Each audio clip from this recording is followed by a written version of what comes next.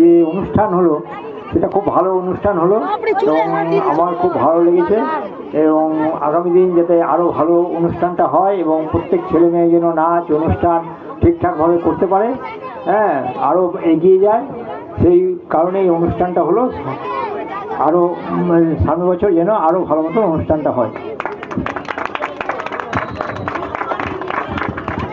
অনেক অনেক ধন্যবাদ আমাদের প্রিয় আশিস দাকে তার সুন্দর বক্তব্যের জন্য।